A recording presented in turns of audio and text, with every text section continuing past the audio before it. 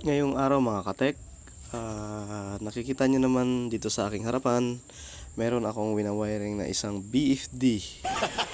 So, bakit ginamitan tayo natin ng BFD? Ito po ay isang fire pump. Yung motor niya is 3-phase. Ang supply niya na linya is single phase. So, napapansin nyo dito banda sa aking kaliwa, meron diyang isang controller. So, yung controller na yan is 3-phase. So, galing yan kay supplier ng fire pump, isang set na yan. Ang issue lang dito ay hindi nila magagamit dahil wala silang 3-phase line. So, para gumana yung fire pump, ginamitan natin ng BFD. So, kasi pag nag-apply ka ng Meralco, mahal. So, ngayon, ang tanging paraan ay si VFD. So, madali lang ito mga katek i-wiring. So, kung familiar ka lang sa function ng isang VFD. So, ang VFD na nasa harapan ko ay isang single phase to 3-phase. Ayan, nakikita natin si Sir Den. Nandito rin ang representative ng fire pump.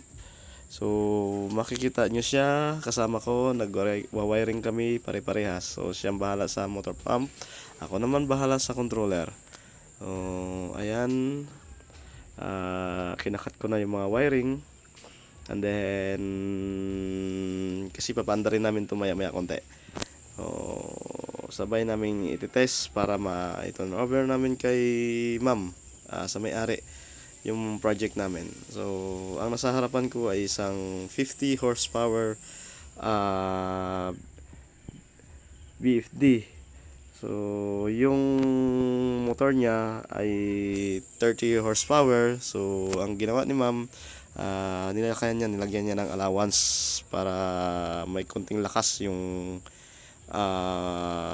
BFD. So, hindi niya sinakto sa capacity ng motor. So, naglagay siya ng allowance. So, and guys, maya magte-testing na tayo nito. So, ayan na.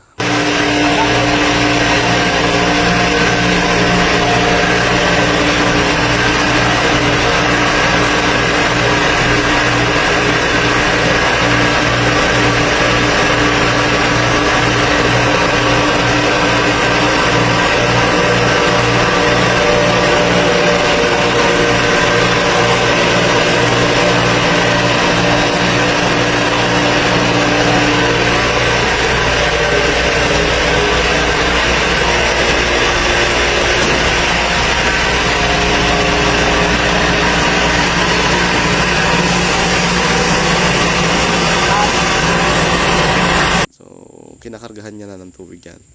So, ayan, sa ngayon magte-test na tayo ng isang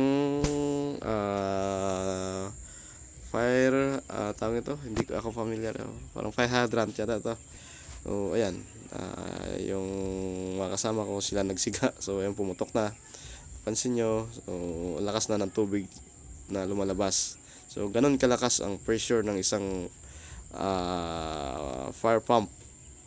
So, ayan, parang umuulan na sa baba.